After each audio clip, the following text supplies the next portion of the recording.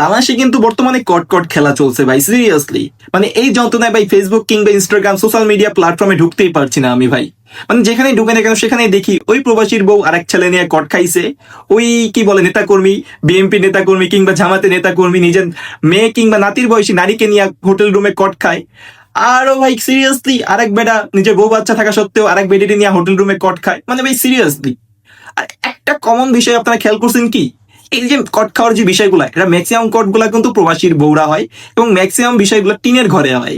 মানে সিরিয়াসলি টিনের ঘরে, বিল্ডিং ঘরে কিন্তু খুব কম দেখা যায়।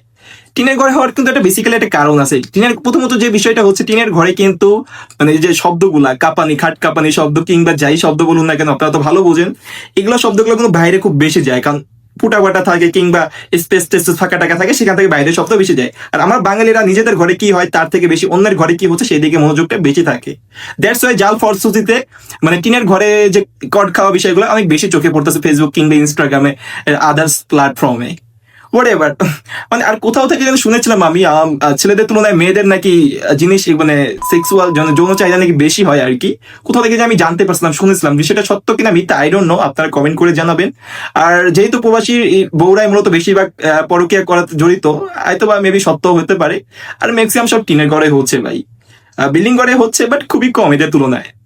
যাই হোক, বর্তমানে বাংলাদেশের সোশ্যাল প্ল্যাটফর্মে ঢুকতেই পারছে না, ঢুকলেই শুধু এই বিএনপি, এই জামাত কর্মী, এই প্রবাসীর বউ, ওই বেড়া ওই বেডি, খালি কট আর কট। আর একটা বিষয়, বাঙালিরা কিন্তু বর্তমানে লিঙ্ক ছেড়ে এই কট জিনিসে বেশি আসক্ত হচ্ছে। হোয়াট এভার, এই বিষয়টা আপনারা কিভাবে দেখছেন অবশ্যই কমেন্ট করে জানাবেন। ভিডিওটা ভালো লাগলে লাইক, কমেন্ট, ফলো, সাবস্ক্রাইব করে পাশে থাকবেন। Thanks for watching.